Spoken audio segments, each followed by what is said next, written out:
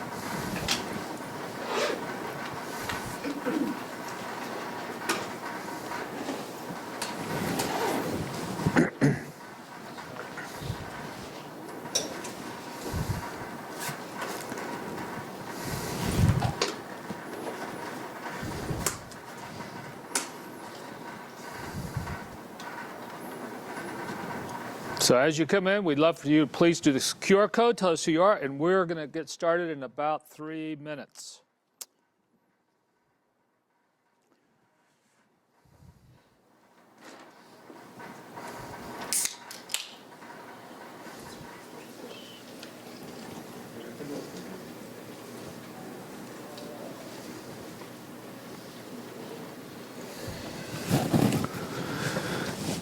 Jim, how long have you been at Divine Shepherd? About 9 years. Oh, wow. Okay. And where did you come from before then? I'm in my third call in Omaha, so I guess I forgot once. Wow. So where all have you been in Omaha? Well, my second career path. I was a journalist and newspaper editor and reporter, Oh, wow. and then went to seminary when I was 40 and Oh, wow. got called back to Omaha Okay. for a small church there, and then I ran a school system. Didn't expect to do that for 6 years, Oh, wow. and then moved on to Divine Shepherd. How cool. That's a very varied path. Yeah, I decided to use different gifts. That's excellent. I think you're probably the first journalist I know who has become a pastor. So, but that would probably work. Not typical arc. God just does some things to show he can. That's exactly right. You use this some people to show you can use anybody. Right. Great to have you this morning. We're going to get started. So if you just walked in, please take a picture of the QR code. We'd love to have you register for this. And we'll also then, as part of that, you'll receive a PDF of this whole thing. So I'm not handing anything out. You can take notes as you do. The gist of what we're going to talk about this morning is a 12-step process, and we're going to lay everything out that we do, and that way you can understand it and implement all or part of it, however you want to handle that yourself in your ministry. But we'll send you that PDF, and that way you'll have all of that in writing for you. The last question, which is a pull-down code on the form, helps us to understand the different sizes of ministries that are here and the different nuances of how to assist and help you in that. One of the other things you'll also get with the pull-down form is we'd love for you, we're offering just anybody who wants it a free coaching session where we just get on the Zoom with you and listen and kind of hear where you are and help you strategize some next steps for you in growth. So we'd love to help you with that. And we do a lot of those throughout. Okay, so if you've taken the picture of that, I'm going to kind of follow along on my notes here. So, my name is Bill Woolsey. I lead a network called 5-2, 5 loaves, 2 fish, feeding of the 5,000. And our whole point is to help individuals and congregations use entrepreneurship to create eternal impact. And more than ever in your community, that's necessary coming out of COVID. And we'll talk about a number of those things as we do. So hopefully this is, for some reason, is not moving. Thank you so much.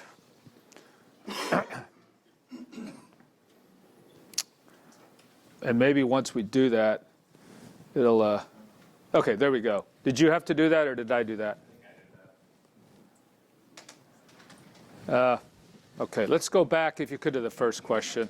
And I'm wondering, you know what, if you don't take the thing out and put it on the other side, let's try. I'm not sure why it's, or maybe if, you know what, if you could even move it onto the desk more. I bet if the whole thing is closer, that's probably would help. Super. Right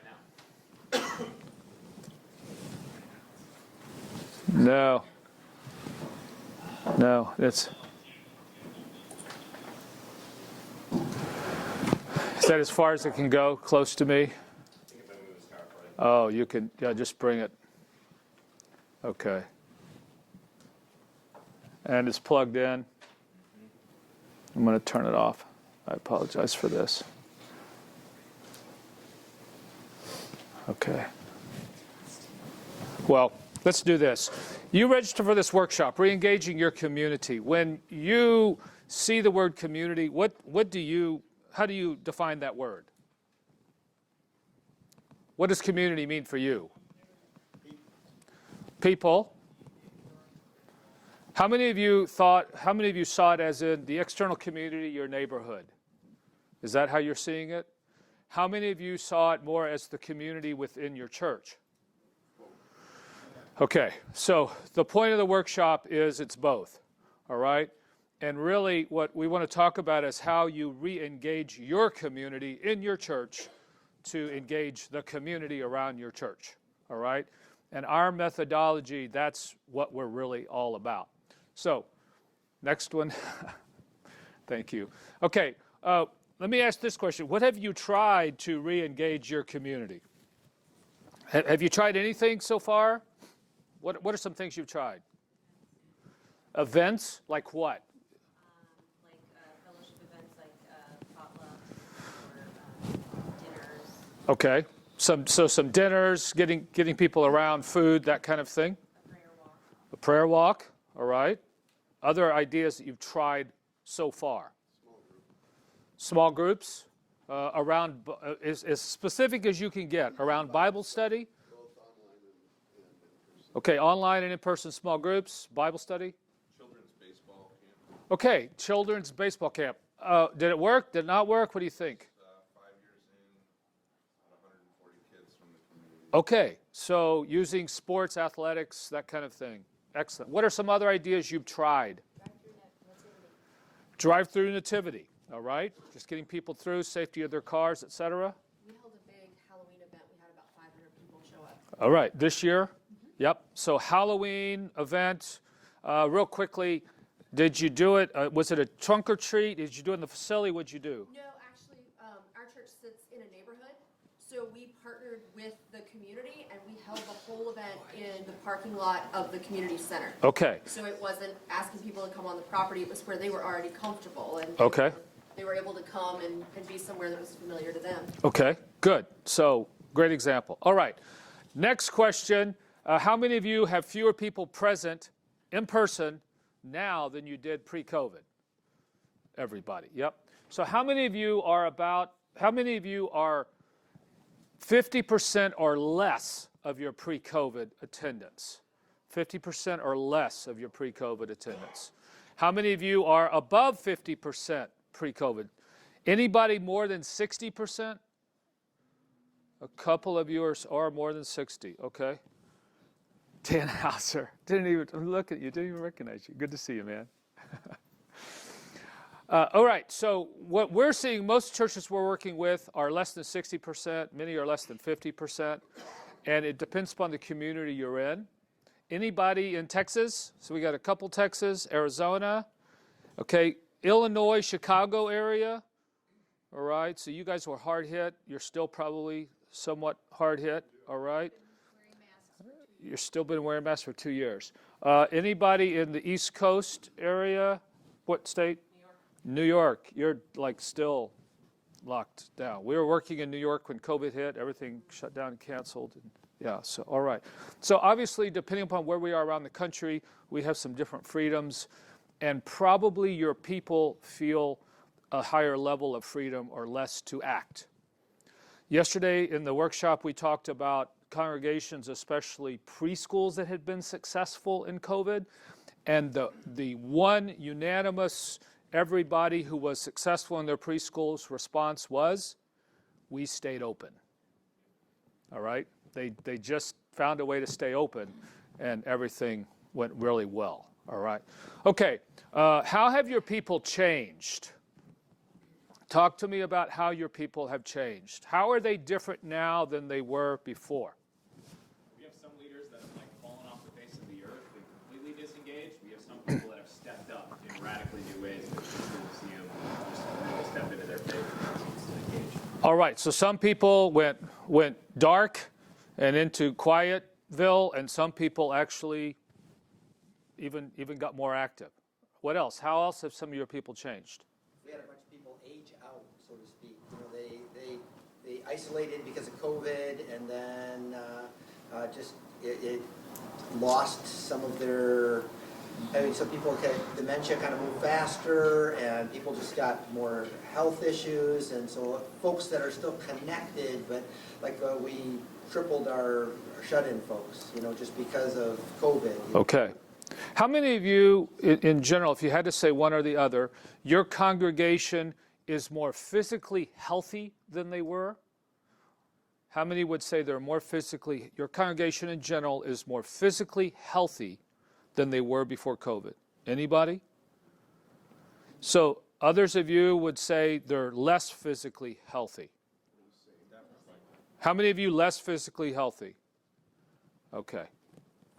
Yeah, so it is probably, as you look around your congregation, a thought, the ones that are more physically healthy are probably the ones who handle this type of change better, and they see it as an opportunity as opposed to a negative. So I would just file that away with those individuals. You know. That there was significant change in worship patterns between people. So we've seen the online, go way up, and people who are fearful of being within a community of people gathering are taking advantage of that. And then we also offer curbside communion. So, they're not shut-ins, but they're people who don't want to be. Right. So the biggest way your people changed is that fear became a regular part of who they are. All right? So what happened in our culture, a couple things, but the biggest issue was all of a sudden the core value of health and safety went to the top. And in many of us, and I'll speak for myself, that just wasn't ever an issue. For me, I'm like, bring it on, that kind of thing. Don't go to doctors hardly at all. And so it just wasn't an issue. But all of a sudden now, when I get on a plane and I'm sitting next to a guy and he starts coughing and then I got to blow my nose and it just all goes sideways, right? So that all of a sudden got to the top. And depending upon where you are, my church, my call is held by a church in Austin. And Austin is it's like the San Francisco of Texas. And literally, as soon as you cross the city limit border, it's a very fearful city. And so in Austin, the church that I'm at, it decided it was going to follow CDC guidelines going in, and it's still this way, when the thing goes, and so they wear rubber gloves and masks to give communion. But you go outside of Austin, where I live, in the hill country, and it's like COVID, schmovid, kind of thing, right? So you have this whole thing of fear being a huge, huge issue, and how you're going to mitigate that, and how you're going to help your people move through fear, and how you as the leader are addressing fear, okay? All right, so a couple different things. Let's look at this. This is something, you might have seen this. This came out in 2020. Barna published this finding. And the big issues to look at, first of all, practicing Christian is the red. You can see from 2000 to 2009, it hung around 45 to 50%. Practicing Christian, they're self-identified. We're practicing Christian. We go to church. We read the Bible. There were a couple of marks that Barna asked about that. And you see then, the other line is the green line. This is non-practicing Christian. I believe Jesus is God, but I don't really go or attend anything, or I'm not active. And then you see the yellow one, I'm non-Christian. Again, up until 2009 was the huge financial crisis, mortgages, housing industry, that kind of thing. Up until then, pretty the same. Much didn't change. But the big thing, if you'll click to the next slide, please, you'll see that 2009 to 2020, the number of practicing Christians dropped from 50% to 25% of the population. Huge, huge drop. And who grew in that number was the non-practicing Christian. All of a sudden, they just kind of started saying, you know what, don't need community. And the church, your church, our church, before COVID, the one value you brought that nobody else could bring, let me ask this. What do you think the one value you brought as a worshiping congregation before COVID? Appearance. What? Appearance. Appearance? Okay. What kind of community? There's two words you would add to community. You brought divine, in-person community. Okay? That's what you brought. Nobody else could bring that. But all of a sudden in COVID, you realized you had to bring divine online community because you couldn't do the in-person thing anymore. And now you can bring the in-person back in some parts of the country, and we're trying to figure out how to bring that back. Well, what happened in that is that people are just less attracted to church. We know that. Okay, we've known that before. We saw that trend was going down. Attendance, participation, membership. Next slide. And now in our vocabulary in the United States, church is a non-essential institution. So people might have thought that before, that non-practicing person might have thought it, but they never said it all the time. And now it's in our vernacular. It's not essential. It's the same thing as, a casino in some states. In Nevada, that stayed open, okay? So we're below casinos. We're below grocery stores. We're below gas stations. We're below some businesses. And that just is now the reality in our culture. And so for us to combat that and reverse that is a difficult thing. And what's happened then is that your people's values changed. What they value now is different than what they valued before. And for us as leaders, we're trying to figure out how do we grab a hold of that and how do we move forward with that change of values. So staff are exhausted and unsure, and our recommendation is before you just kind of jump into something is that you kind of press pause. I don't know how many of you get the Alban Institute. Alban Institute sends out a weekly email. Goes out on about Monday or Tuesday.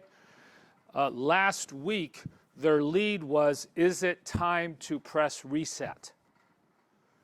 All right? Meaning, what you were doing before as a congregation, and now you're doing here, in many areas, you just need to kind of say, we need to press reset and rethink. It worked before. Is it still working now? All right? So that's a core question that we love to see you ask. At the same time, people are still very attracted to community and cause. The younger generation, the younger you are, the more inclined you are to want to be in a cause-driven entity. You like to make a difference, especially local. And we all still live local. We might order from Amazon. Amazon is our savior in the rural community. They're at our door every day. But we don't live with Amazon. We live locally with people. So that local aspect is very important. This is another study by Barna. And this is the thing for us to think about and for you to kind of also file away. The younger you are, so look at the number, 93%. The younger you are, the more likely it is you've done some kind of introspective analysis, review of how you're gifted. You're interested in self-development. All the way boomers, we're like, we're getting so old anyway, forget about that stuff, right? But the opportunity for us here, so if you go back to that slide real quick, the other way. So what we want you to understand, not only are the Gen Z and millennials and Gen X, all these, especially millennials and Gen Z, and I don't know if it's Alpha, I'm not sure what they're calling the younger one now.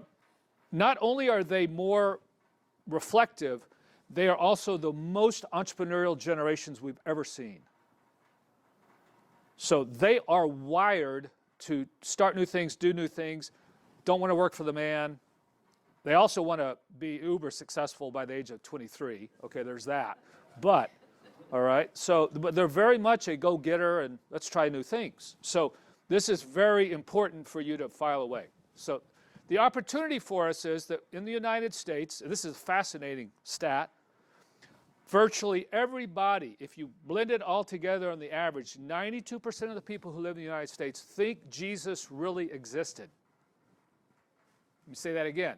They don't think he was like Zeus. They think he was a real historical figure. And if you're a Muslim, you think he's right up next to Muhammad. If you're a Hindu, you think he's a god, just like a zillion others, but he's a god. So Jesus has street cred when you go to talk about him, but almost 50% believe he was not God. So there's a delta between he was real, but he wasn't God. But to think about that, remember that they do think he was real, so you can actually talk about him as long as you're not kooky, all right? But it's a great opportunity. Matter of fact, in our material, we have a module on evangelism and a module on just telling stories about Jesus and letting them deal with Jesus. That's the goal. Just let them confront who he is, okay? Next slide.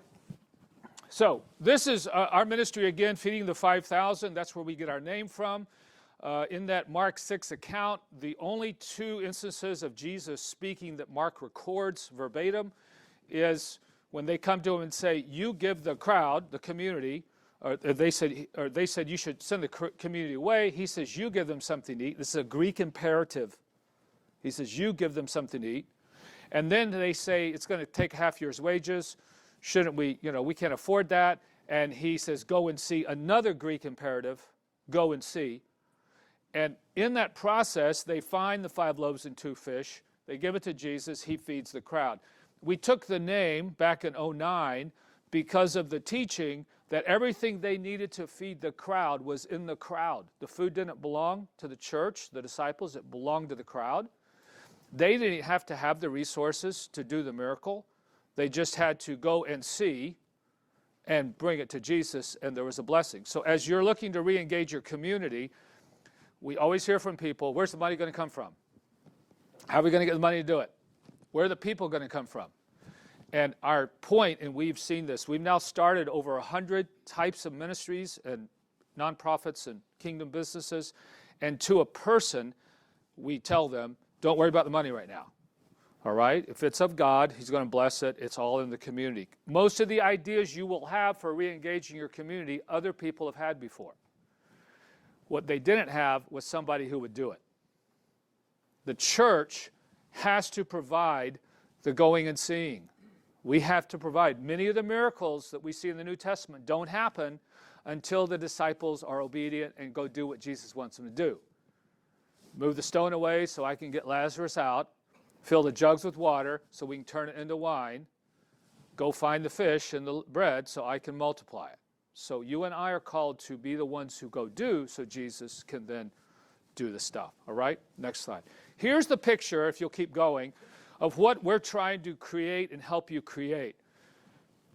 Rather than a church that just starts more churches, which we know is not as effective today in our culture, we're asking you to consider identifying the individuals in your church who have a passion for a particular group of people, and they're usually that passion usually has a compassion aspect to it. And then let's equip those people. Let's clarify, equip, and activate their calling so that they reach new groups of people. Some of these people will never go back to your church. They're not going to go there on Sunday morning and worship with you.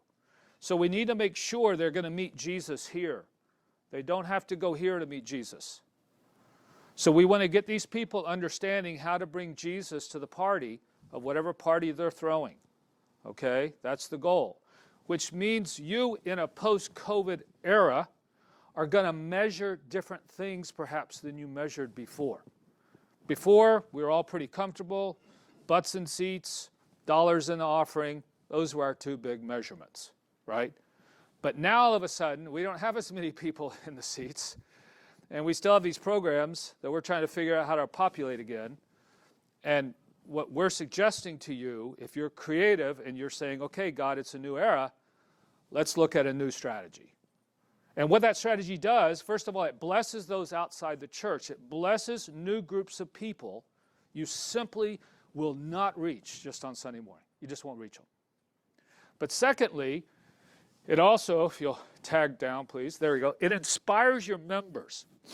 I talked about this some yesterday, that converting people to Jesus is a Holy Spirit action that's different than getting them into a worshiping community. All right? Inviting somebody to an event, a baseball event, is a sociological thing.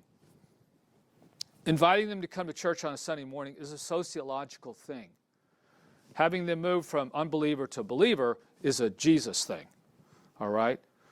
And to get somebody to participate in a club, a group, a congregation, what it really amounts to is, I'm so excited about what's going on that I tell you. And I invite you. It's like I bought a new car, I got a Tesla. I don't have a Tesla, I wish I did. But if I had one, I would tell you all about the Tesla and how cool it was. And you would hopefully get jealous and want a Tesla too, you know. So the point is, what this does, it inspires your members, but it also then attracts unbelievers. Because they see the church doing good, and they have to come to grips with, it's doing something. So this is the goal we have as we work with you. We work with any entity. We want to see these things be successful in two ways.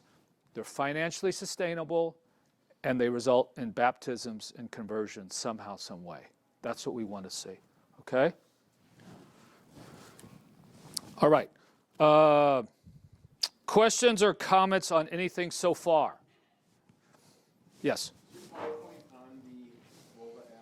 The PowerPoint is not on the WOVA app, okay?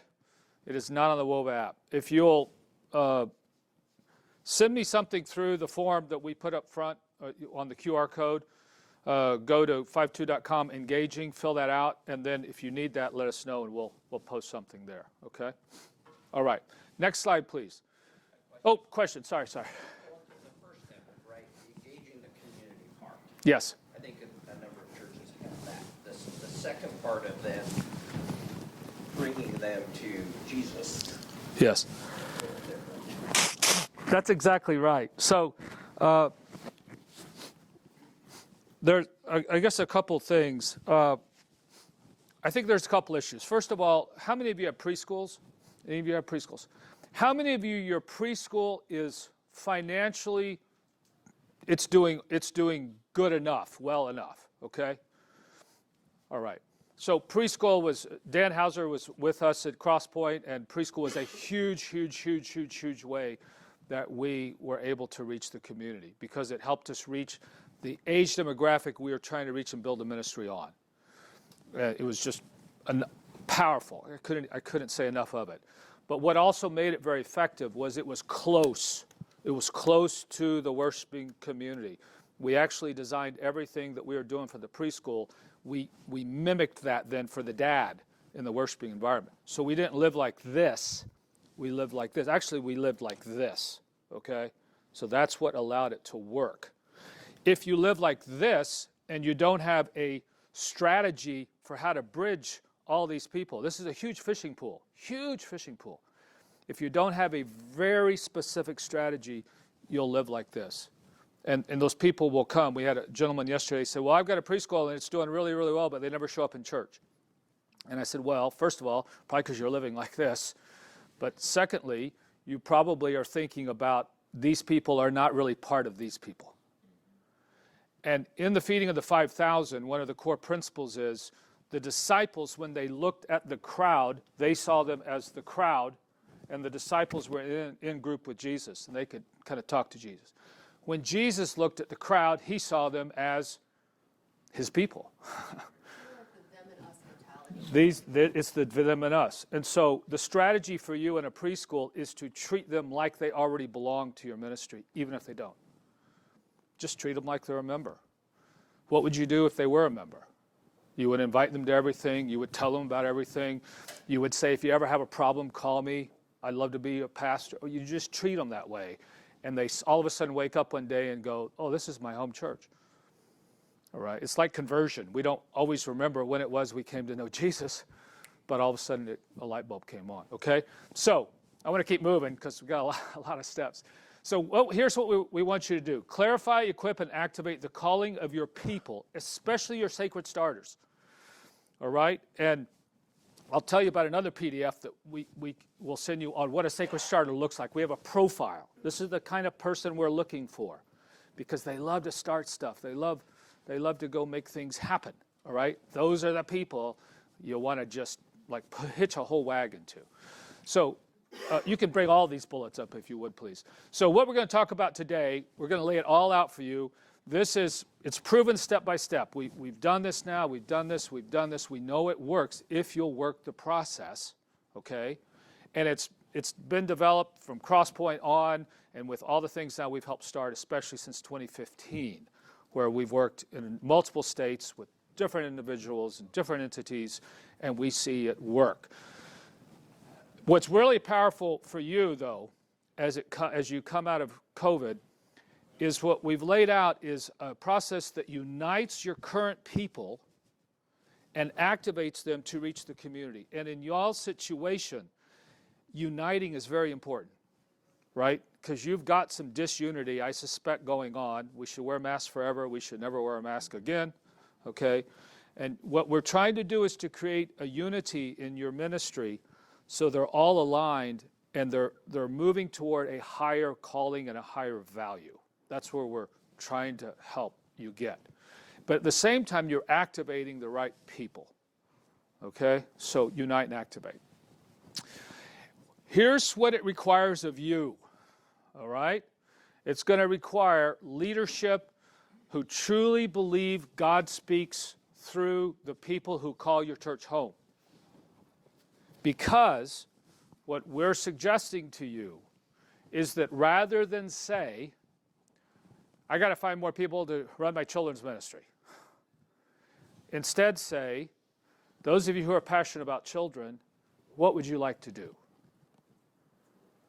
So you're flipping the script. The ministries we've helped start that have been successful across the board is they start out of your heart. They start out of the heart of a person. And I don't have to motivate you. If I can get you doing what your passion is, I don't have to call you at 7 and 8 in the morning and say, are you doing what you're supposed to do today? You woke up at 6 and you're already doing it. All right? So what we're trying to do is to say, is it possible that we're still going to care for the same people we love, but we're going to do it in a different way, and we're going to do it through people who have a passion for those people. All right? So you need to be open to that. Real quick, come back to that slide. Sorry. But then also an entrepreneurial culture. What do you think an entrepreneurial culture means when we say that? what are some pictures that come to mind? What does that mean? Freedom of decisions. Freedom of what? Freedom of decision. Okay, so there's some level of freedom to make decisions without having to go get approval somewhere. So there's a permission-giving culture. Experimental culture. Frank was on one of our teams up in Michigan, and experimental culture. By the way, here's a little hack. If you're trying to start something new and you're unsure about it, just call it a pilot. Just call it a pilot, and everybody gives you permission to screw it up and everything, okay? Don't ever call it like, this is the way we're going to do it forever. Just say, we're going to try this thing. Oh, okay, that sounds fine. All right. Freedom to fail, okay? Yeah. Yeah. What? Some are leaders. Okay. Not all, but some. Okay. So entrepreneurial means you're going to be okay with a certain level of chaos. Now, chaos is actually, change always creates chaos. We're all been in chaos for the last 2 years, and we've tried to figure out how to move through it. But you're okay with a certain level of chaos. There's a lot of freedom, but it is very important that you as a leader have set some boundaries somewhere. There's got to be some boundaries that we can go play in. You let me play here, and here's the big thing. You don't tell me how. You give me freedom to figure out how. You just help me understand what's our end game. Our end game is we want to reach more people who don't know Jesus in the community. That's the end game. You could go do a baseball thing. You could do a book club. You could. It doesn't really matter, okay? But here's what we're trying to do. And once I'm clear on trying to do, and you're going to help me do it, then everything starts to fall in. But I've got to be okay with that. Next slide. All right. Here's the process that we do. We launched all of this in a formal way in COVID because we were seeing churches trying to figure stuff out. But it's all been around, and we're helping you understand how to do these entrepreneurial things in a slightly different way. So first of all, there's 3 phases to it. So think about it in terms of how are we going to help people clarify what the calling is as a church and as an individual. Your church is just a collection of people. So if we can help the people understand what Jesus is calling them to do, we're helping understand what our congregation is called to do. That's the difference, okay? So the first 5 steps we'll talk about fall in the clarifying section. Then equipping is how are we actually going to kind of get a new vocabulary in there, get some new mindset in there, some new ways of thinking there. And then last of all, how do we really get the engine cranked up and moving, okay? So clarify, equip, calling. Next slide, please. The material, in COVID, we received a very large gift, praise God, right before COVID hit, to allow us to convert all of our face-to-face training into an online platform. We would have been dead in the water and closed up shop had God not given us this gift 3 months before COVID. So because of that, our course, which is online, and our donors help make all this available, it's $279 for the course. It's everything. Build, fund, launch, whole 9 yards. 12 modules, evangelism, everything's there. And what I'm going to talk about as we move through is how you can use certain modules in that course to do what we do. Okay, so you can pick it off and you can do this yourself. But it's work, but you can do it, all right? So first part is to commit to prayer. And we can't say this enough. This has to be part of, as you're going forward and you're saying, friends, the community's changed, you have changed, and we're looking at how we're going to change. And if you'll just kind of bring up all the bullets on this one.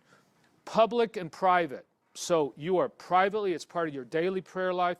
Publicly, it's part of your regular worship rhythm. You're keeping this in front of people. You're praying that God would raise up people, would give us a vision for how we're going to be blessing and impacting our community.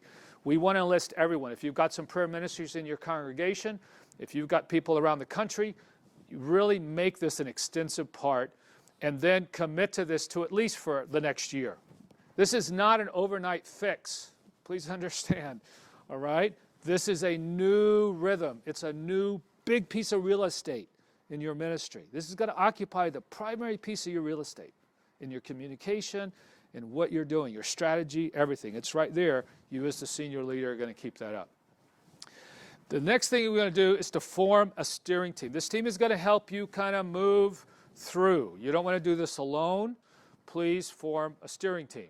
And we suggest you get no more than 5 people. If you have more than 5 people, you won't be able to make any decisions. You'll kind of argue and everything over it. So get 5 people, but you want them to be influential people with street cred. And they need to be some combination of staff, depends upon how big your staff is, and elected leaders, but then also some just people who could influence the congregation. They're relational, all right? They need to have an appreciation that things need to change. So what you don't want is people who love the way it's always been. You want to be looking for some people who are saying, yeah, we think we're going to need to make some changes here, and we're open to some changes, all right? They need to have your back. You need to have their back. They may be people you already love to hang with, and they want to be on your team, okay? This team, go to the next slide. Oh, okay, sorry. No, open to entrepreneurial, and yeah, so they're okay with that, and they value growth and community. So they're not okay with the congregation staying the size it is. They're not okay with the congregation not reaching the community. They're anxious. How many of you in COVID, your finances actually did okay? Yeah, this is always fascinating to me. So virtually all of you, I mean, almost all of you, which is more than the group yesterday, virtually all of you, your money is good. What that means, maybe you've thought about this, there's no real need to change for most of your leaders because you got plenty of money. We got plenty of money. We're doing fine. Why should we change? What did you lose, though, in COVID? You lost the outer ring of people where was your growth potential. You lost the ones who were kicking the tires on the congregation and saying, hey, I think I might want to be a part of this community. You lost them.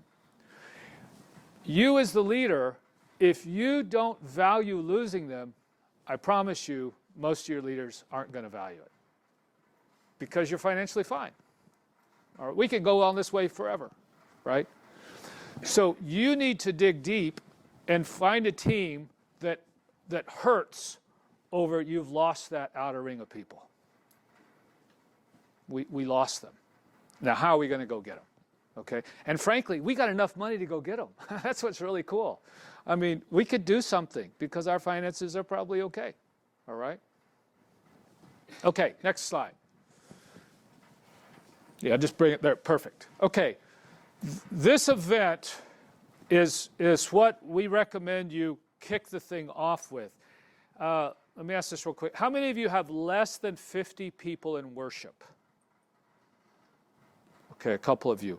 How many of you have between 50 and 100 in-person worship? Okay. 100 to 200? 2 to 4? Anybody over 400 in worship? Okay, cool. All right, so this event will work really well for almost any size, but especially if you're over about 100 in worship, it almost becomes very necessary because you're really trying to get everybody, and this event will help you avoid the conflict that could come later if you don't get everybody in the loop. All right? The larger you are and you're not getting everybody in the loop and in this time of change, you're going to have some conflict. So you want to try to get everybody understanding where we're going, and this event is what helps you. When we lead this event at 6 hours on a Saturday, 9 to 3, okay, that's what you're asking, or some other time in your congregation. You could break it into 2 3-hour things if you wanted to, but it really works well to just do the whole thing because everybody gets excited, they start building, they're back together, you have lunch, and it just is a cool fellowship time. What you want to do, first of all, you're going to take a little bit of time on the front end and you want to figure out who I want in that room. And I want everybody in the room who is an elected, chosen leader, everybody in the room who's a volunteer leader, and I then open it up to the congregation. If you're a leader here, you love this place, we want you there too. So we just want everybody who thinks they're a stakeholder in the ministry in the room. The goal here, and it's a two-pronged goal, the goal is to help them as an individual understand what their calling is in life, especially post-COVID, especially in this new reality that they're in. But the second goal is you as a leader are trying to understand where they think the congregation values and where it ought to go. So you as a leader are hearing from them about the congregation, but you as a leader are helping develop them as a leader. So they don't leave there feeling like you just were using me for the congregation. They leave there feeling like you're helping me grow and I'm contributing to the congregation. And that's what makes the event, it's really cool. We've done a number of these now in COVID and people just really get very excited. Next slide, yeah. So it gives insight into how people have changed because your people have changed. That's why your ministry changed. It also creates ownership for future direction because you're asking them what they believe Jesus wants this place to look like. You're literally asking and you're listening to them. If you don't really want to know, don't do it because they'll be able to sniff you out. But you really, really want to know because, hey, talk to us here. You own this place. You're a part of it. So we want to listen to God through the body of believers. In this particular thing, you would use modules 2 and 3 of the Start New training. And there are videos there, there are PDFs. It'll walk you through. So you can just do that, all right? This is a wonderful event. Now, the questions you're asking them here, if you go to the next slide. Oh, I'm sorry. Okay, here's a really cool testimony. We just got this earlier this week from an event we just did. This is from the senior pastor, and in this situation, he did not want to do this event. He's a non-denom pastor outside Austin, large church. They're worshiping somewhere around 800. This is Texas, so they're all back. And he did not want to do this event because his whole way of leading things had always been, us and the elders, we make the decisions. And we were like, look, you've got a lot of conflict here. We really think you ought to do this event. And so when I got this, I was like shocked. I said this to all the staff, look, the dude who didn't want to do it, okay, is very excited. And he says, he's in a Bible study, a real life group, they call them there. He said on that Sunday after the event, actually it was a couple weeks after the event, he said there were about 20 of us. The entire discussion time was about how wonderful it was to have a church home that cares about what everyone feels, wants, and loves. And if there's anything that has changed in your people, they feel more disenfranchised than they did before. Because they're disenfranchised all over the culture, right? So they feel like their lives are out of their control. They can't even control what they wear to the grocery store. Somebody's telling them. So what you're doing is you're combating that and you're showing them a place they are franchised. They are important there. And it's a lovely thing. And so he said he was sharing, they were blown away by the inclusion and the real desire to have the body's input.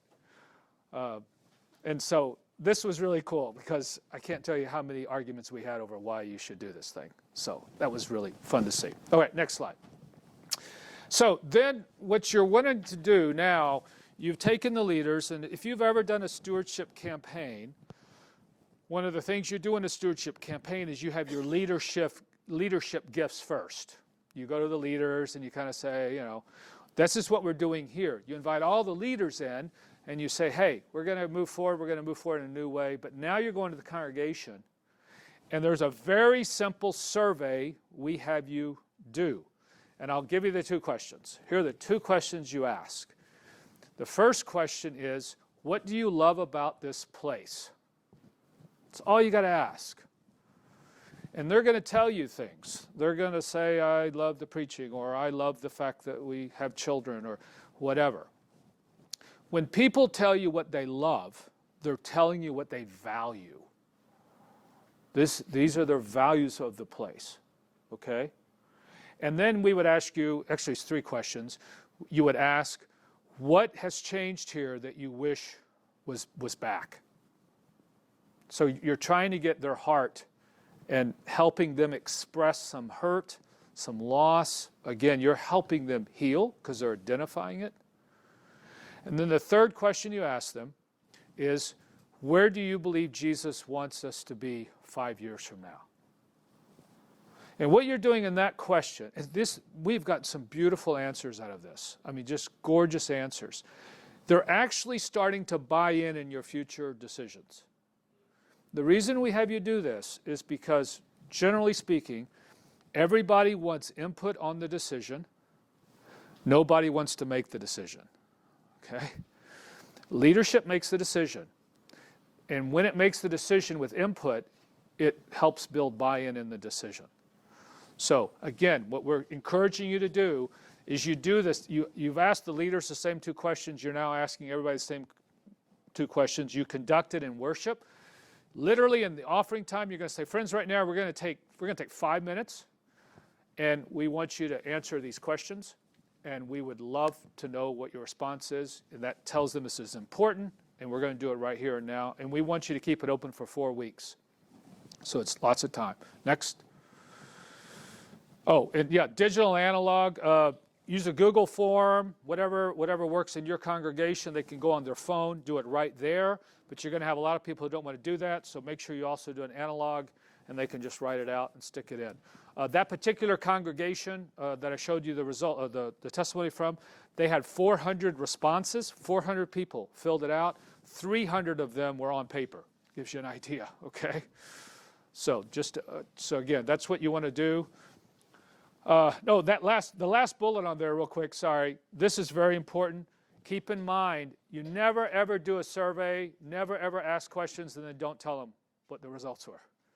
So make sure you're going to also circle back on that, and we'll tell you where. All right. Then, now this is where on the activate phase at the end, where your engine's going to be. These individuals are the growth engines. They love to help things grow. They get it Jones out of doing that, all right? This is what you want. So, and there is right here, if you go to 52.com/leaders, there's a PDF on how to find these people. So it's a free resource, just go do it, and you can find them. Now, you're going to need to get you want to think about 6 to 8 weeks to find them. This doesn't happen overnight either. But so you're going to start the process. You're going to pray, identify, recruit, and invite. Those 4 things. Again, you pray about them, and the PDF walks you through the whole thing. Okay? These will be leaders of new initiatives 4 to 6 months from now. You're looking out. These are the individuals who are going to help create that picture of different outposts around the congregation. And you want to allow about 2 months for this step, depending upon the size of your ministry. You might be able to go faster the smaller you are or large you are. You will find in a congregation worshiping, let's just say 100, I would anticipate that when you do this phase and you have an info meeting for them, love for you to come and hear about what we're going to be doing. I would anticipate you should have somewhere between 5 and 10 people at that meeting. You'll have roughly 5 to 10%. Could have a little bit more depending upon how entrepreneurial a congregation already is and if you've done other things. So you need to have enough time to let those people come to the surface, and you're going to be calling them out. This right here, don't miss this step, because otherwise you're going to try to start something and not have the leaders to do it. And don't ever start anything until you have a leader to do it. Next phase, or next one. So number 6, now then you've gotten all those responses from your leaders, your survey, and that steering team is the one who looks at all of that and says, okay, here's what we're seeing, and we're going to make that decision and clarify that. And you're going to go ahead and give a partial report to the congregation. And what we suggest you do there is simply say, hey, you know what, we so appreciate we had this many people respond, and here are a couple of things we heard from you. We as a steering team are still processing it, but we wanted to let you know what we heard. So they're feeling included in that whole process. Next point. By the way, you might notice down at the bottom, we've moved now into the second phase, the equip phase. And now here's where the steering team starts to, the rubber meets the road, all right? The steering team asked this question: for the sake of the future, who should the congregation focus on reaching? And where should the congregation go? Two core questions. Because you were reaching a certain group of people before, but you need to stop, press pause, and say, what has changed? All right, what has changed? And we always have you start with who, and you reverse engineer everything from who. Now, you're going to have people there already, and that's why we put in here, for the sake of the future. This is a very important phrase when you start asking these people this question. It's not saying you're not important. You never denigrate the past. You never, you're there because somebody paid money and built a building and got you in the place. So you always honor the past, but you're always thinking we can't live in the past. We need to be looking at the future. And what you're going to find if you have an older congregation, when you ask them the question, who, for the sake of the future, we should be reaching, almost none of them will say, more people that look like me. Because they know if we do that, it's not going to last, and we want it to last. Almost to a person, they'll say, well, we'd really love it if we could reach some young families or whatever it is. One congregation that we're working with right now, which I think is really cool, because we haven't seen this happen before, they discovered that within a 5-mile radius of their church, 52% of the homes are single mom homes. So they have decided that for the sake of the future, the next 5 years, they're going all in on reaching single mom and her kids, which is really cool. I mean, that's a really cool thing. Every time I tell that, I get goosebumps, because usually it's like, we're going to reach the nuclear family with 1.3 kids or whatever it is. And they're saying, no, we're going to go all in on this single mom. So so this, what you're doing here, this sets the bullseye. It lets you put resources. It lets you align. This is where we're going, all right? This is who we're going to really try to reach. And in Start New, you would use modules 3 through 7. That was at the bottom. Yeah, modules 3. Sorry. You're just doing this to me, aren't you? You're just doing, no. So modules 3 through 7 is what you want to use there. So you are hitting the bullseye. Now, you're going to see later, the steering team says, this is what we're going to do. Your other areas then, so let's talk about this single mom church. If you go back to that bullseye real quick, please. The single mom church said, okay, we're gonna look at everything and say, how are we going to reach single mom? But obviously in the children's ministry then, we need to be thinking about how we're going to reach and care for the kids of a single mom. And that's different, right? I mean, how are we going to get them there? She's probably overwhelmed and everything. So now the children's ministry has to change somehow if this is going to work, all right? The women's ministry has to change because she can't leave the kids with dad or her boy or whatever, Everything's changing if we're really going to do this. So that's out here now. So this steering team sets the big bullseye, but everybody else is like, okay, what does that mean for us? And that's phase 3. All right, so next slide, finally, thank you. Then what you do after that steering team has gone through those 4 modules and kind of really processed this, then you're going to have another 6-hour event, but this time it's a smaller group. It's that steering team, it's the official leadership team, it's key staff directors. These are like your decision makers. These are your official people. But also anybody who's going to this change is going to hit their job. It's going to hit most of the work they're doing. If they're the key volunteer in your children's ministry, you want them here, okay? So now then, you look at that and you're like, okay, if that's where we're going, let's work through. Let us share with you what we're seeing happen here and where we believe Jesus wants us to be and reach. The next slide. And you really want to now help them say, okay, we like that, or we have questions about that. You're building ownership now with the people who are going to help you pull this off, okay? Next slide. Just bring all the bullets down. Great. You also you want to spend a majority of your time, so what we try to do is in the morning, you're getting feedback, you're explaining, you're talking, you're discussing this. In the afternoon, you're saying, what's it going to take for us to get there? What's it going to take for us to get there? And you're having them buy in and helping strategize what it's going to look like. In Module 11, we use, I don't know how many of you have used the Horizon Storyline process, Will Mancini. And Will was on our board and helped us start 5.2 and has been with us for a long time with Auxano and stuff. So Module 11, if you've ever used it, it's a wonderful. Any of you seen that process? Some of you have? Let me show you real quickly what it looks like. It's really, really powerful. It's very, very simple. And it's called a vision, it's called a Horizon Storyline because like a picture, you've got 4 parts to a photo, okay? You've got the section way out in the back, which is like beyond the mountains, you know, if you think of a landscape. And this is where you're trying to get, but it's going to take you a while to get there. So this is the 5-year vision. So this is where we want to get. 3 years from now, to get here, we've got to see these 4 things happen in 3 years, or else we're never going to get here. We got to make it to the river or something, okay? Or else we just can't make it there in 5 years. These are the 4 big strategic blocks. We got to hire a new person to do it, whatever it is. Then here, we call this the WIG, wildly important goal. 1 year from now, we got to do this to get here 3 years from now, to get here 5 years from now, okay? And then here is 90 days.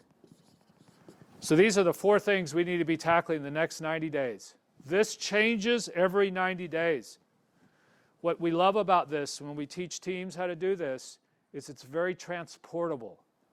I can give it to you, I can hang it on my wall. We can put it in the boardroom. We all know where we're going. We all see it. It avoids conflict. It also keeps you accountable, okay? You said we were going to try to do this in the next 90 days. This is a very, very powerful action tool for alignment, all right? So that comes out of the book, God Dreams. God Dreams is the book, Horizon Storyline Process. Then we want you, now we're starting to move into the end of this. You're going to host info events for the Sacred Starters. This is part of Step 5 above. Again, it's in that PDF that I showed you where you can get that. And these are just 1-hour events, just 1 hour. We love for you. Hey, Jim, you know what? We all talked, and we think you have what it takes to help us start some new ministries and grow this place. We prayed about it. We'd love for you to come and hear more about what we're trying to do here. I'm now inviting you in, and I'm going to hear from you about what God has put on your heart. And in that meeting, again, because this is one thing of the whole process of finding these people, we have asked them already to tell us who they're passionate about, what they might want to start. So they're already starting to think about that. You have them in the meeting, and what you're going to do is help them understand they're instrumental, and you're going to support and empower them. You are not just inviting them to start something and good luck, all right? Please don't do that. They're going to get frustrated. You're going to get frustrated. It's not going to work. You're saying, we want to hear from you, and we're going to walk with you, and we're going to help you be successful in that. And that is so powerful for them because they feel like they're a part. They're not just out there on their own. You're going to commit to communicate next steps with them, all right? If you go to the next slide. Then on step 10, it's now time to, you're launching this baby. So you're going to the whole congregation and you're saying, friends, we've been talking about this for about 3 months now, And here's where we've come to. Maybe you do a sermon series around it. Every forum. This is like, again, pastors, this is key real estate for you. You're telling this thing every time you tell it. Hey, you ought to hear what we're doing. This is what we're doing. This is what we're doing. And this came through Jesus speaking through his people, through study, and through prayer. That's your mantra. All right? So we've been listening, we've been talking, we've been studying, and here's where Jesus is leading us. Next. And then the last phase, now we're in the activate, is where you're going to align the old and you're going to activate the new. This is best in 2 8-hour events. This is the boot camp. All right? This is where we're getting like the children's ministry for the single moms saying, you know what, we need to rethink this. We're getting the mom's ministry. But we're also getting a new clothing ministry or something. I want to start that. So we've got the new things that are starting, those teams. We've got the existing teams all in the same room. And here is you're going to actually have them do all 12 modules. It's very important. So now you're the whole thing. They're doing the whole thing. All right? That's the gist of those 2 days. Because you're helping them say, this is who we're going to be caring for, what are we going to be doing, and how do we make sure it's successful as possible. Next slide. And then we strongly encourage you, I would suggest in your congregation, if you have some small business owners, and if you have some that are pretty successful, that they know their stuff, they would be at this stage a great person to approach as a mentor. Hey, you know what? You've started your business and you're running pretty good. We've got this new thing starting. Would you mind just partnering with them and helping them as they're going through? That coach mentor would be very important. Because here's what we have found. Starters don't mind failing if they don't fail fatally. We don't want them to fail fatally because then they get out of the game and they don't get back in the game. But we do want them to fail fast and learn from that. So we want little failures up front so they're like, oh, that didn't work. Let's try this. But we don't want it to be catastrophic because then you'll lose them and they won't do it again. And then last but not least, celebrate, celebrate, celebrate, celebrate, celebrate. Tell stories, tell stories. This is what Jesus is doing to our people. Isn't this fantastic? Let me tell you a story about Jennifer, single mom, and here she is, and it's just wonderful, okay? So this is the 12 steps we do. This is what we have seen be incredibly effective in mobilizing, activating your congregation, starting new ministries. These do not have to be large, so please don't think, well, we got to have a lot of money. This could be very small kind of ministries, just little outposts. But it could also be something that grows into a huge baseball camp.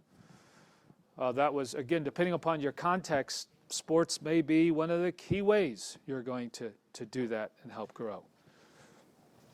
So let me just stop. So those are all the steps that we have.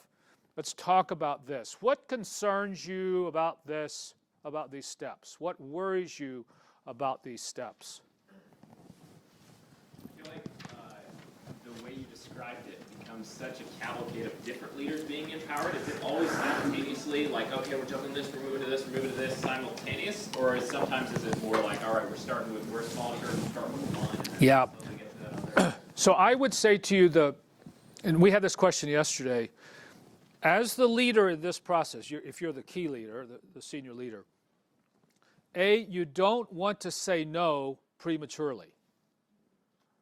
You don't want to say no prematurely. You want to see what people say. Let's say you're a small church, but you have 5 people that come up and they each say, I want to do X, Y, Z. The other thing we learned at Crosspoint, and we encourage you, when somebody comes to you with an idea, and I'm sure you all have them, if you're an idea person, you attract idea people, okay? So you all have them, they go, well, Pastor, I think we ought to do X, Y, Z. We say, fantastic. Find 3 other people who want to join you in doing X, Y, Z, and then let's talk. If they can't find 3 people to do it, it tells you a couple things. One is they're probably not a leader that could lead the whole thing. Or it's such a a weird idea that nobody else wants to do it. And you, as the senior leader, shouldn't spend your time investing in it. All right? So that's a wonderful hoop to do when somebody brings you an idea. So in your case, I would just say to you, if all of a sudden, though, there are, let's just say, 4 teams that somehow come out of it, you're like, score. All right? Now, the second thing they'll say is, often, Pastor, how much money are you going to give me in the budget? and we would just say, you know what? We don't give much out right away because we want to see how it's going to do. But as you hit certain things, then we're definitely going to get behind it. So you don't make any promises. But the fact of the matter is, if you throw a lot of money at it at the beginning, it's not going to help. All right? You want to create an angst of how do we be creative and do this thing. One other thing on that, the language we often encourage you to use, depending upon the size of your ministry, there's program and there's ministry. And the differentiation there is, if something is fundamental to our existence and we must do it or else we stop being who or what we are, it's program. And I got to put it in the budget somehow, some way. If you're a church and you don't worship, I would say to you, you're probably not a church, right? So you'd say, we got to worship. We got to figure out how to worship, and that's core to who we are. But at Crosspoint, we didn't have a sports ministry to start with. A volunteer started it, but then it grew huge, and we had to staff it with 2 people. All right? So it became fundamental to us. But even at the end, if for some reason it went away, we're still a church, okay, if the community changed. So think about it that way.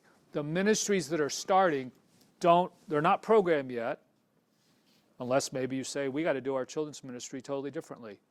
And so we are going to put some money in there because we need to do that as a church. All right, so you'll have to think about that in that question. What other concerns you have? What fears or worries or questions about anything that we've said up here so far? Yes, sir. One of the things I struggle with in the whole visioning process is that very often the visioning, it comes from us, where, when I talk to people about how do we reach out to people, it's,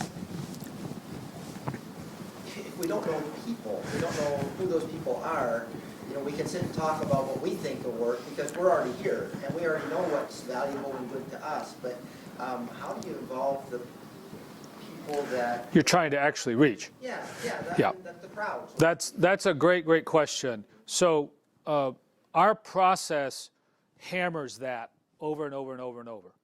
So we use what is called a business model canvas approach. A business model canvas approach, if you're an entrepreneur and starting a business, there's a good chance you've seen this. It was crowdsourced in 2007 by 600 some odd entrepreneurs out of Sweden, and it's 9 things you need to pay attention to. It's a block canvas as you're starting something. And the most important, there are 2 very important things you have to pay attention to. The first one is, who is our customer? Because the reason a church fails, a business fails, a nonprofit fails is they have something nobody wants. And that's what's happening in worship churches around the country, especially your mainline churches like LCMS. We have something that people don't want. They don't think it's valuable. Now, we think it's valuable, and we know Jesus is valuable. And I happen to think our Lutheran theology is incredibly valuable, and that's how you get it right and really get Jesus right. But if you don't think it's valuable, I can hammer you all day long, okay? So what we want you to do is get in the shoes of the person, and if a team has a person on the team that looks like the people you're trying to reach, very helpful. But then you as the leader got to listen to that person. You can't denigrate them or discount them, okay? The other thing that we'll have you do is you actually test your idea. You're making assumptions, and there's very simple. To test your idea, you only need 5 people that look like the person you're trying to reach. All you need. And it's with those 5 people you can start to get some feedback. And there's a number of simple ways you can do to see, is this thing gonna work or not? Okay? It's a very important point. Lewis. What I like about what you're doing is it really challenges the congregation to try to cross the river, and creating the opportunity to find out where the gap is. And when you talk about the business model, you don't build a business on what you like. You build it off of what your target or who's going to be consuming whatever you're doing. So, there is a fear at times as you're getting ready to reach out, but you have to look at it as if you're doing ministry in overseas or somewhere. You got to study the area and get people from the area that would be able to give you some knowledgeable information for you to be able to use as you go through this process. And if y'all are doing urban ministry, you ought to talk to Lewis. He's in Fort Wayne doing some great urban stuff. What I do want you to hear is that we're not just encouraging you to sell a book or something, or it's Jesus, but the picture we want you to do is, what's the platter you serve Jesus on? Okay? Because I, as the person, let me ask you this question. If people who have not been in church for a long time, or maybe ever, let's just say for decades, if all of a sudden on a Sunday morning they show up in your church, what do you know about them? They haven't been in church in a decade. On Sunday morning they show up in your church. What do you automatically know about them? Something happened. Good or bad happened? Bad. Because why else would you go to church on a Sunday morning? You could stay home or go play golf. Dude, I'd go play golf, okay? Why would you go to church? Something's wrong in the family. Something is happening that I got to fix it. I'm trying to get a job done. And I think church might be what I need to buy. All right? That's a consumer. That's how we work. So you got to love the consumer, but we don't want them to stay. We want to disciple them. But you got to reach them to disciple them, okay? So that's the mentality there. So we're not saying to you, just adopt all these business principles and leave Jesus out. No, we're saying Jesus created science and stuff. Let's use it, but make sure we take Jesus with us, okay? Yes?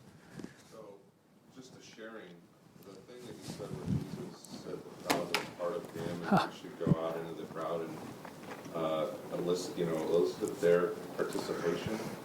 That's where I really found this little baseball camp work for me, because I had 2 audiences, well, probably 3. The children, who we were teaching baseball, and also Jesus. Volunteers, who were various age levels from high school to my age or older, and then the parents. Mm-hmm. So, but some of my baseball volunteers were really great they understood baseball. And right. They coached it, and they knew how to be with kids, but they weren't necessarily Christian. That's right. And that's where I found, this is ministering to them, too. Yep. My initial target audience, I thought, was the children. That's right. And then, the parents see how their children are coming away with all these things. They come home on fire for Jesus, and then they say, wow, who are you guys? Mm-hmm. Yep. And so I just wanted to say that. That's a beautiful. I didn't plan that, but no. it happened. That's a beautiful insight. In a preschool, who's the customer in the preschool? Mom. Not dad, it's mom. Generally speaking, the customer is whoever pays. It's whoever pays, whoever buys it. Okay? So it's mom. In deciding to go to church, who's the customer? In our culture, usually mom. Okay? But what does mom want? She wants her kids to enjoy it, and if she's married, what does she want? She wants to not have to drag her husband. She wants to not have to convince her husband. So I can actually solve the job for mom if I create something dad wants to go to. All right? So in the baseball thing, the customer is actually, depending upon your community, you could have a huge latchkey community and the kids are making decisions on their own. Okay? But generally speaking, the dad probably there, maybe a little mom, is the customer. Again, depending upon your community. So I'm trying to get dad so that his kids are equipped. But really, if I can change dad, dude, I'm like rocking and rolling, okay? So that's why what's beautiful here is we see this all the time. You don't need the people to do a sports ministry. You just need a person who loves sports and can help build a crowd, okay? So don't let those resources stymie you, because actually all of a sudden it's going to become this wonderful ministry thing. Let me I think we have a couple more slides. Yeah, so those were those steps. Again, the phases here. Go back one. So this, you could do just this, but I would encourage you, you won't get all the way to here. So I really want to encourage you, as you make this out, think about how I'm going to help people grow in their faith and get their input on where we ought to be going. Again, you can see when we do this, it's usually 6 to 9 months. I mean, this is not tomorrow. This is something we're going to do as a ministry because the world changed and we're not the same, okay? So we're going to do this maybe next school year or whatever. Or if you were to start something like now, you could be ready by back to school, okay? So you're thinking about that. Next slide. These are just a couple of, again, testimonies. Realize the church growth is still possible despite past attempts. I like his last sentence. We need to change our processes, but do not need to change what we believe. But we do need to change about how we treat people and reach people. Next. Awesome to see how God is stirring other church members and how my stirrings collide. This was lovely. This was an older gentleman. Helped me rethink who I am and what my mission in life is. And he's like 78. I'm like, that was very cool. Also reassured me there's energy in the church to revive and return to a fully participating, growing ministry. He also understands, though, it's going to look different. It's going to look different, okay? And by the way, folks, with that, we're all kind of mourning, right? You're helping people mourn the loss. And because when they look at church now, they're probably thinking, we're dying or something, because we lost all those people, and it's not the same. So we're helping them mourn the loss, but also look at a new way of growing. Couple thoughts on this real quickly. When we created all the material that we do, we're trying to combine, it's faith-driven, it gets people moving quickly, and then helps them successfully start something that helps people. So those are the components. There are some other sites out there. Faith Driven Entrepreneur has some material. You could go there. It's very business-oriented. Ours is Jesus-centric, and then the other aspects to it. But you could do a Google on some of that, so they have some material. And then we've already talked about the coaching and how helpful that is. But what you as a senior leader want to understand is this needs to occupy real estate in your brain and in your ministry, but you still have other things to do, and that's why we want you to find these leaders that will help do it without you having to just micromanage them, okay? So, a question of using this process within an existing, so like our school is 535 kids. Fantastic. And, which is awesome, but I don't know if we have the intentionality within, we have the business model, right? Right. The business is going. Right. But I don't know if we have the intentionality, and I would say it's our largest mission Yep. of our church is the school. Right. But I'm trying to look at this model of saying, how do I modify this model to create intentionality, missional work within? It's a great question. We're actually starting work with the mothership of all motherships, St. Lawrence and Frankenmuth. Okay, so, and they have a huge school, been around, 200 years, whatever it is now. And in that situation, what will happen in phase 3? So, in that situation, the steering team, I think we're actually meeting with them to define that steering team. I think it's probably going to have a person from the school on the steering team. But what it also means is that when we get to that last phase, there will be a team from the school. Yep. 50% Christian Yep. in general and 50% would not Right. identify with that. That's right. So, as another way of looking at it, if you just think about it, you've got this school that's 50%. We'll just say, no church affiliation. They're there. So I would want to know why are you here? I'd want to know, what do you love about this place? See, this is why the survey is so cool. What do you love about this place? That you chose a Christian place and you're not Christian. Okay.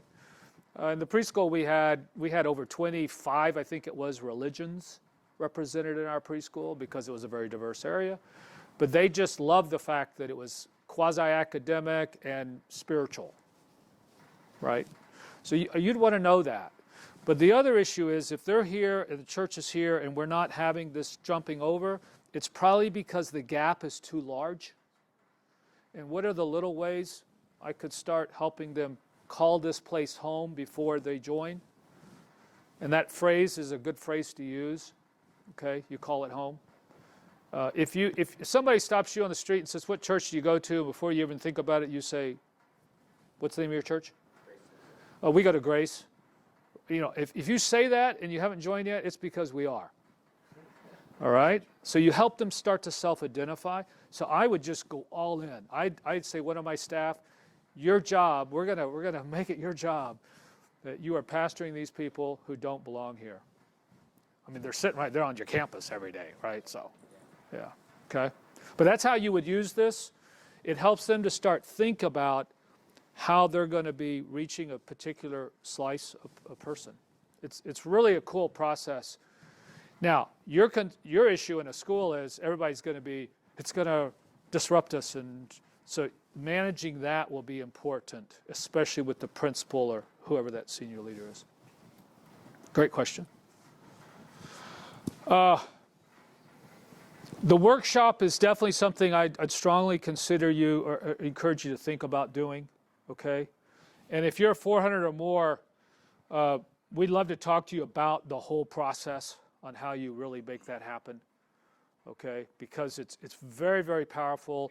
It does take a lot of work, but you'll get a lot of momentum out of it, and you'll see a lot of cool energy, and a lot of people will just feel good about what's happening in my church, and I don't feel good about what's happening in other parts of my life. Okay? All right. Other questions or comments? Yes, Keith.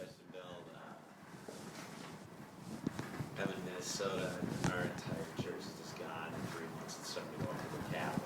So what would be the time? Yeah. So I would, Frankenmuth is similar. So we're starting with them now, but we're doing like the pre-stuff and helping them think through, and it's a big ship, as you can imagine.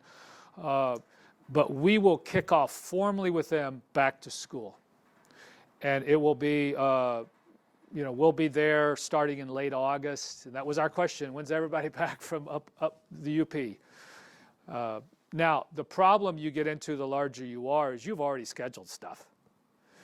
And so that's why we tend to work 6 months in advance, because it's really important if you guys do this, no matter your size, it has to occupy the main real estate. Where we know, we're working with the PCUSA church as well up in Wisconsin, and they asked us, where does this not work? And we said, it doesn't work when the senior leader only hangs in there for a couple months and then decides to go off looking at something else. It doesn't work when it's one of 4 priorities.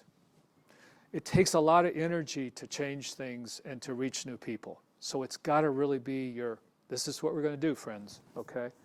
So that would be, you'll waste your money and your time unless you really go all in with it, okay? So, great question. Can you explain what 5.2 is? And you mentioned Crosspoint. How does that fit in? So 5.2 is the network that I lead. It's five loaves and 2 fish. And I think I talked about that in the beginning of our workshop. So that's the network we lead, and we help start ministries. We help people clarify, equip, and activate their calling to use entrepreneurship in communities. Basically, we're a consultant. We're a training org. We train, and we've trained a lot of people now. And so that's what we do. We started over, as I said earlier, over 100 different churches, nonprofits, for-profits. So we help you start. We don't start it, but we equip you to do it. And that's where we see new growth happening in the church. So, yes? When you talk about working alongside, so starting the course is separate than you guys actually getting involved with the churches to help Yeah. them start up? You do not need us to get involved, okay? So that's why we're trying to say this is how you can do it. The larger you are, generally speaking, I would guess you have a lot on your plate, and it would be helpful to have somebody help you in this. But the smaller you are, this could become, this is like your mantra, and you can do it, all right? And we will gladly, you could pick up the phone and call us or say, hey, we're here, and how do we'll help you figure that out, okay? So that's why we've tried to make this available so that it works for all sizes, okay? Now, please, the one thing that would help, I think would help the most, is go to that form and where it says a free coaching call, click on that, and we'll send you my calendar, okay? Well, a couple of us will send you our calendar, and we will gladly talk through whatever size you are, what you're wrestling with, and we'll help you think it through, okay? So we're trying to really, why don't you go to the very, right, keep going, right, okay. So if you go back one. So you can go to 52.com. So here's 52.com. If you go there and click on free strategy session, that's one way you can do it, okay? And again, we'd love to just talk with you. We really, this is how we get our fix, okay? We love to meet people like you and just talk with you and help you out, okay? Cool. All right. Thank you all very much. Thank you. All right, thank you. I'll be in touch. Okay, Louis. Thanks, brother. Thanks, I'll be in touch with you too. Oh, man, it's so good. I looked at those. How's Indiana? Good. You loving it? Yeah, it's pretty good. Yeah. So I know when you took it, I was like, oh, wow. Because I don't know, I just in my head, you've done stuff, kind of stuff at Little Rock. Yeah. Neat to see. Yeah. It's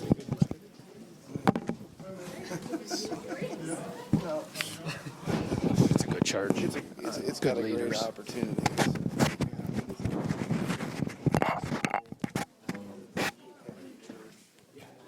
got a lot of varieties in place. And so the challenge is it's an excellent school. And there's 110% of the facility, and so you've got Designed for that. especially on the church side. There's another one. I was just gonna say. No, I know it's good, Mark. Yeah. I don't know this one. It's the same kid. Couple more you I'd love to talk to you about it. It's a lot of fun. We'd love to. Seriously. And you already kind of, you've got the mindset. Yeah. We're doing a number of these things already. Okay. So, Well, good for you. mine and stuff.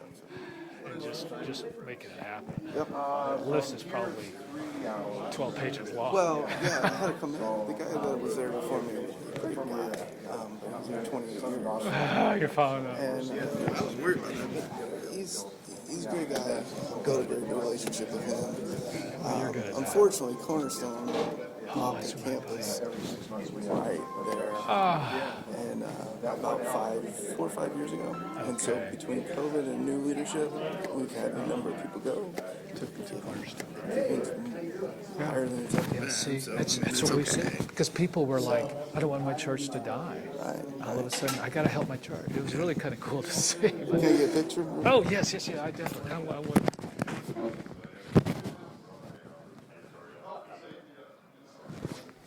You said that to me? Yeah. Same number. Still the same. Please tell me. I watch on Facebook your kids. Dude. What, is she working outside the home? Full-time now at Holy Cross, so she makes outreach and missions mainly. Okay. my church joining this kind of stuff. And our children's person call it closer to home. So she's got a staff on her. She's hired some people, but she's overseeing that. Was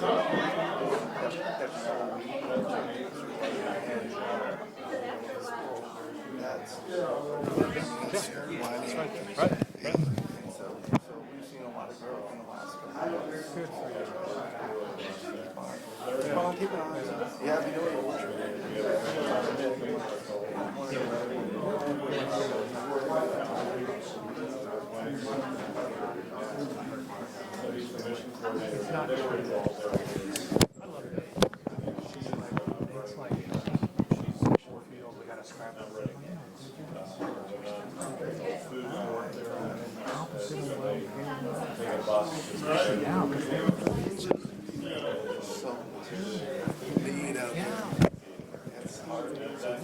Okay. Let's go to Indiana.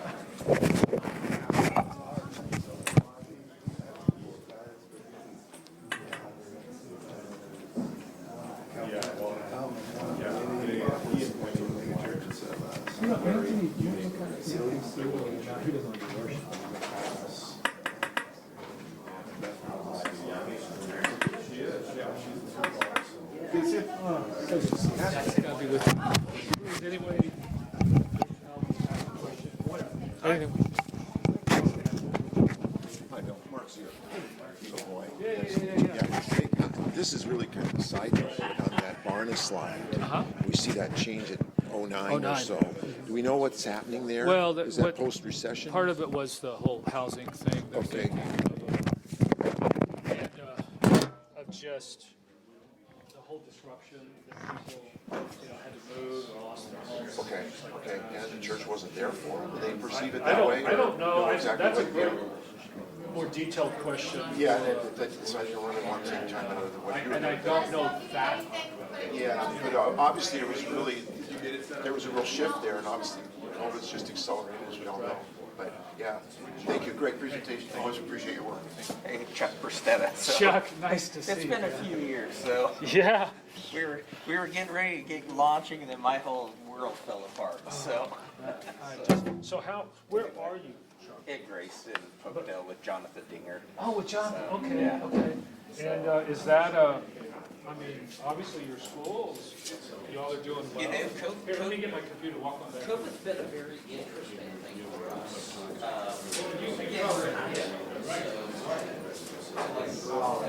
I straight up downloaded the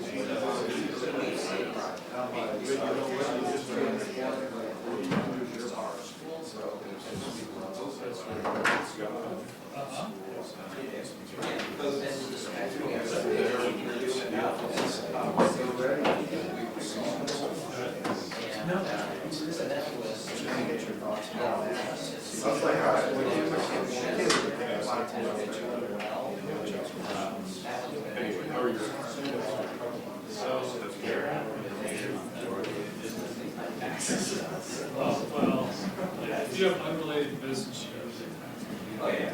I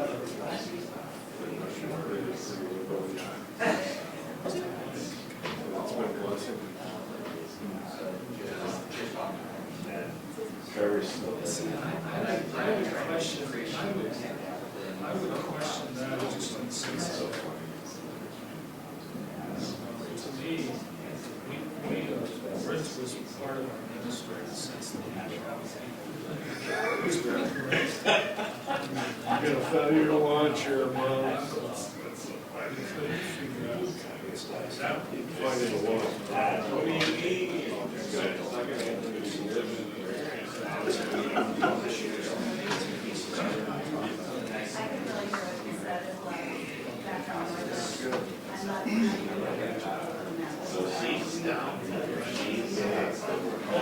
Was there anything else?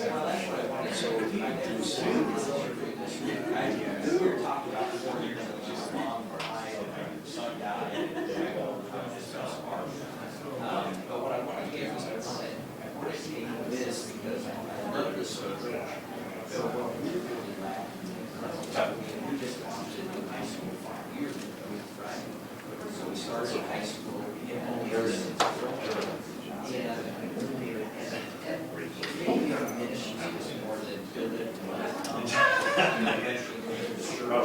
We're the fan of the wall.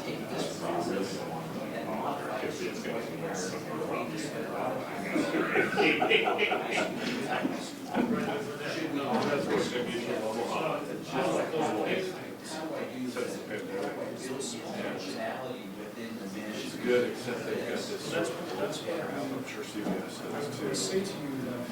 Corporate crowd. Starts to say, let's just push this issue. I would strongly encourage you to get somebody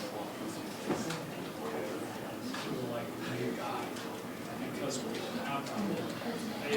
we're going to need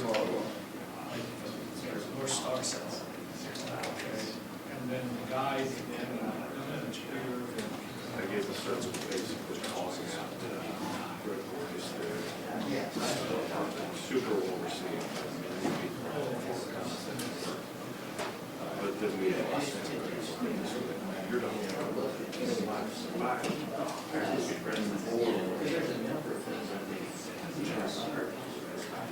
Oh yeah, he's hard. I think he wrote the whole paper.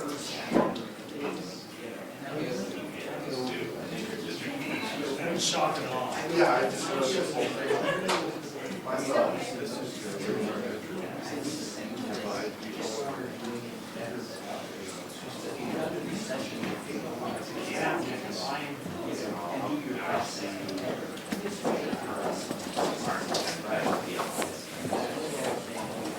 Oh man, I haven't even had my coffee this morning. Did me either. Some Amish people got me. Oh, this is fine. Yeah, that's sure I gotta find you. Man.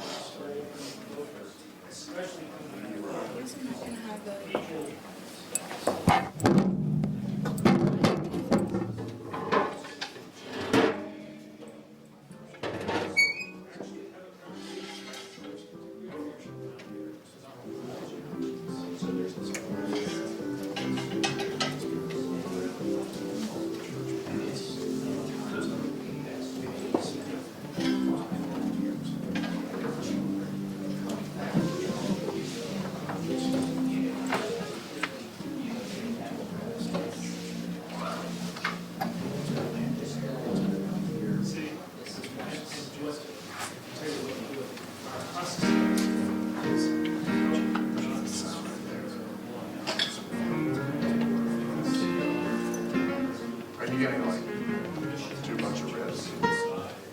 And what not? Cerebrally cell or? I'm gonna do it. I'm gonna try to do it like she does.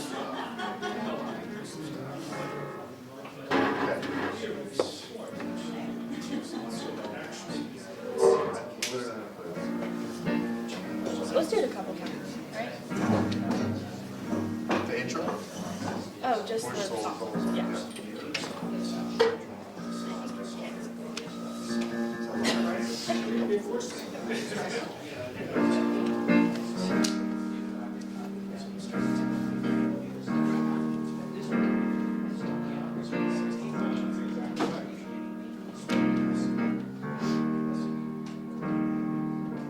Too many things I haven't done. There's too many signs. I think we can go a little faster. I haven't seen. Can't waste a day wishing to slow down.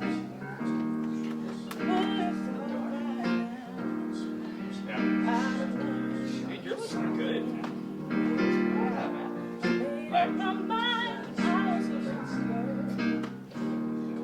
Giving That's funny. yeah.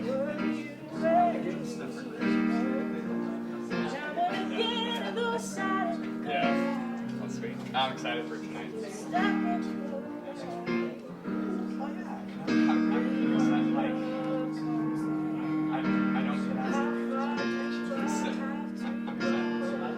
was just telling Adam, we haven't played together.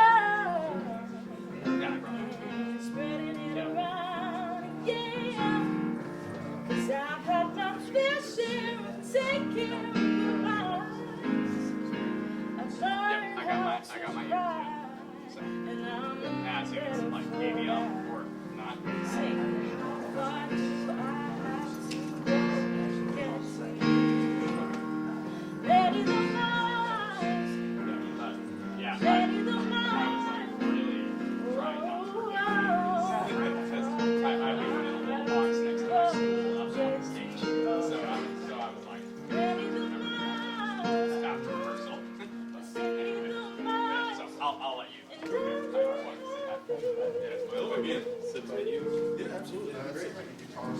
Yeah, you can do whatever you want. Are you reflecting soul? That was fast. All right.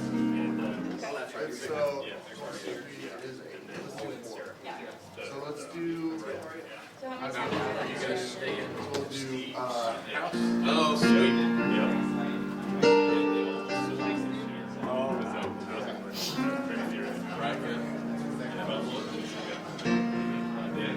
Red light day?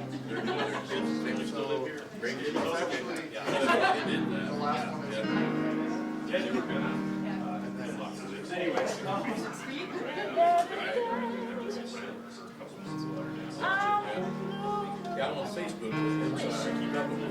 Yeah. So, yeah, I stayed at your house. But that was great, Kevin. I came down. I forget what it was.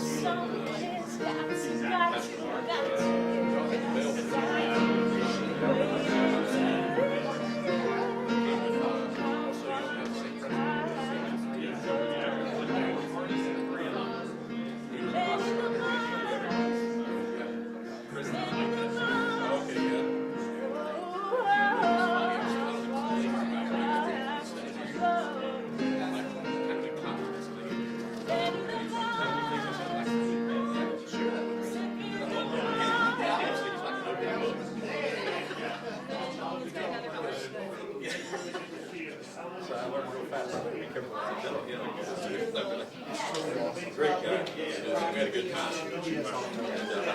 That's a problem.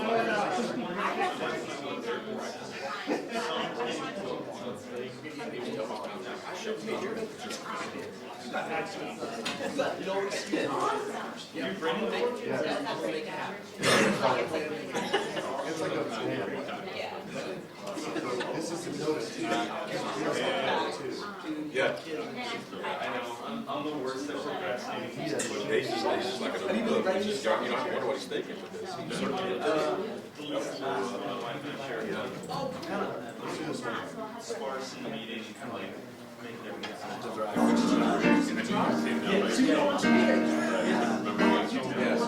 Right. Guys love food. That's good. Spending some time.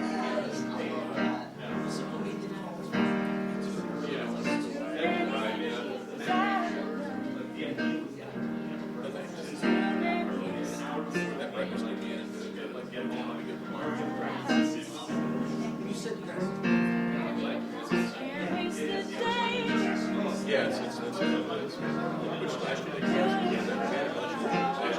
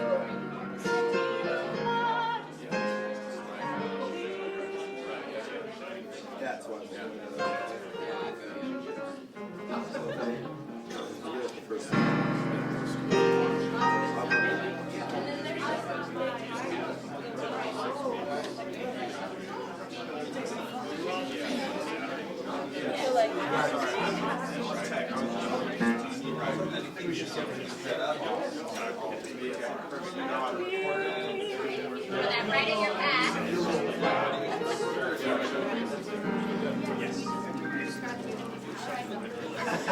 Well, yeah. If this was already equipped with mini zones, And then I'll do this little. that's okay. She's just gonna project. Okay. As long as the Pinot was up and going. So, all right, this could be a